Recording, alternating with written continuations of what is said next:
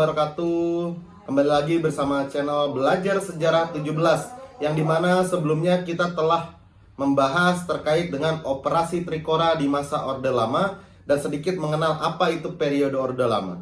Pada kesempatan kali ini kita akan membahas tentang Orde Baru atau era kepemimpinan presiden kedua, yaitu Soeharto. Orde Baru adalah sebutan bagi masa pemerintahan presiden kedua Indonesia, yaitu Soeharto, yang menggantikan Orde Lama presiden sebelumnya, Soekarno. Lahirnya Orde Baru diawali dengan dikeluarkannya Super Semar, atau yang pada video sebelumnya sudah kita singgung, yaitu Super Semar singkatan dari Surat Perintah 11 Maret yang diturunkan pada tahun 1966. Adapun Super Semar tersebut diperuntukkan kepada Soeharto untuk mengambil alih kepemimpinan sementara untuk menjaga stabilitas negara dan pemerintahan. Dalam jangka waktu tersebut, ekonomi Indonesia berkembang pesat, meskipun hal ini terjadi bersamaan dengan praktik korupsi yang merajalela dan pengekangan kebebasan berpendapat, atau sering dikenal Orde Baru dengan masa otoritarian, yang kemudian juga membatasi hak-hak berdemokrasi, hak-hak bersuara masyarakat sipil, buruh maupun mahasiswa kala itu. Adapun beberapa peristiwa penting pada masa Orde Baru diantaranya adalah pembantaian G30 SPKI, yaitu tahun 1965 sampai 1966, Super Semar, Malari, peluncuran Palapa tahun 1976, pendudukan Indonesia atas Timor Leste, krisis finansial tahun 1997, kerusuhan Mei 98, dan kejatuhan Soeharto. Baik, kita akan bahas terkait latar belakang. Meski telah merdeka, Indonesia pada tahun 1950 hingga 1960-an berada dalam kondisi yang relatif tidak stabil, baik secara ekonomi, sosial, politik, dan budaya. Bahkan setelah Belanda secara resmi mengakui kemerdekaan Indonesia pada tahun 1949, keadaan politik maupun ekonomi di Indonesia masih labil karena ketatnya persaingan di antara kelompok-kelompok politik. Keputusan Soekarno untuk mengganti sistem parlemen dengan demokrasi terpimpin memperparah kondisi ini dengan memperuncing persaingan antara angkatan bersenjata dengan Partai Komunis Indonesia atau yang disebut dengan PKI, yang kala itu berniat mempersenjatai diri mereka. Sebelum sempat terlaksana, peristiwa gerakan 30 September terjadi dan mengakibatkan diberangusnya Partai Komunis Indonesia dan Indonesia. Sejak saat itu, kekuasaan Soekarno perlahan-lahan mulai melemah. Nah, kita akan bahas terkait Super Semar. Orde Baru lahir pasca terbitnya Surat Perintah 11 Maret atau Super Semar pada tahun 1966 yang kemudian menjadi dasar legalitasnya. Orde Baru bertujuan meletakkan kembali tatanan seluruh hidup masyarakat, bangsa, dan negara pada kemurnian pelaksanaan Pancasila dan Undang-Undang Dasar 1945 atau menjaga kemurnian Pancasila. Itu yang kemudian menjadi cikal bakar berdirinya Orde Baru, tujuan awal dan harapan bagi seluruh rakyat Indonesia. Kelahiran Super Semar terjadi dalam serangkaian peristiwa pada tanggal 11 Maret 1966. Saat itu sidang Kabinet Trikora yang disempurnakan yang dipimpin oleh Presiden Soekarno sedang berlangsung di tengah-tengah acara. Ajudan Presiden melaporkan bahwa di sekitar istana terdapat pasukan yang tidak dikenal. Untuk menghindari hal-hal yang tidak diinginkan, Soekarno menyerahkan pimpinan sidang kepada Wakil Perdana Menteri Waperdam II Dr. Yohanes Leimena dan berangkat menuju Istana Bogor didampingi Waperdam Dr. Subandrio dan Waperdam III Khairul Saleh. Leimena sendiri menyusul Presiden segera setelah sidang berakhir. Di tempat lain, 3 orang perwira tinggi, yaitu Mayor Jenderal Basuki Rahmat, Brigadir Jenderal Muhammad Yusuf, dan Brigadir Jenderal Amir Mahmud bertemu dengan Letnan Jenderal Soeharto selaku Menteri Panglima Angkatan Darat dan Panglima Komando Operasi Pemulihan Keamanan dan Kestabilan serta Ketertiban atau disebut dengan Pangkopkamtib untuk meminta izin menghadap Presiden.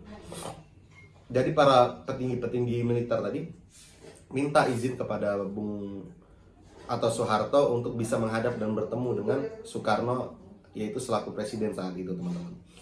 Nah, segera setelah mendapat izin, pada hari yang sama 3 perwira tinggi ini datang ke Istana Bogor dengan tujuan melaporkan kondisi di ibu kota Jakarta, meyakinkan Presiden Soekarno bahwa Angkatan Bersenjata Republik Indonesia, khususnya Angkatan Darat, dalam kondisi siap siaga. Namun mereka juga memohon agar Presiden Soekarno mengambil tindakan untuk mengatasi keadaan ini.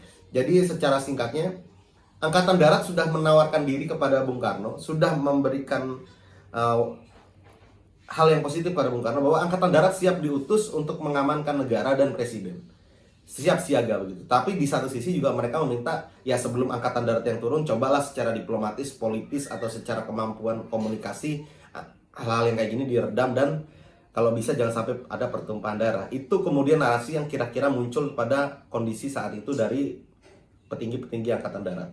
Menanggapi permohonan ini, Presiden Soekarno mengeluarkan surat perintah yang ditunjukkan kepada Letnan Jenderal Soeharto selaku Menteri Panglima Angkatan Darat untuk mengambil tindakan dalam rangka menjamin keamanan,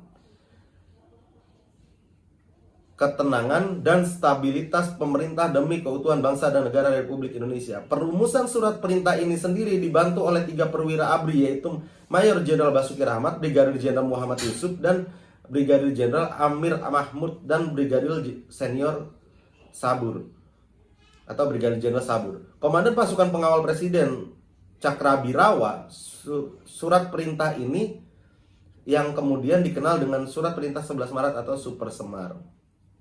Pada era Orde Baru, ada sebuah hal yang cukup fundamental dan sangat berbeda dengan Orde Lama. Jika Orde Lama di masa kepemimpinannya Soekarno dituding begitu dekat dan menganak emaskan Partai Komunis, justru di eranya Soeharto, komunis dianggap sebagai musuh dan Partai Komunis Indonesia diberangus. Bagaimana ceritanya? Sebagai tindak lanjut keluarnya Surat Perintah 11 Maret, Letnan Jenderal Soeharto mengambil beberapa tindakan pada 12 Maret 1966. Ia mengeluarkan surat putusan yang berisi pembubaran dan larangan bagi Partai Komunis Indonesia serta ormas-ormas yang bernaung dan berlindung atau senada dengannya untuk beraktivitas dan hidup di wilayah Indonesia. Keputusan ini kemudian diperkuat dengan keputusan Presiden atau Perpres, Pangti ABRI, dan Mendataris MPRS nomor 1 garis miring 3 1966 pada tanggal 12 Maret 1966. Keputusan pembubaran Partai Komunis Indonesia beserta ormas-ormasnya mendapat sambutan dan dukungan karena merupakan salah satu realisasi dari Tritura. Nanti kita akan bahas apa itu Tritura, bagaimana isi Tritura, apa tujuan Tritura, dan apa yang kemudian melatar belakangi berdirinya Tritura. Pada tanggal 18 Maret 1966, Soeharto mengamankan 15 orang menteri yang dinilai bersangkut dalam gerakan 30 September dan diragukan etika baiknya yang dituangkan dalam keputusan Presiden nomor 5 tanggal 18 Maret tahun 1966.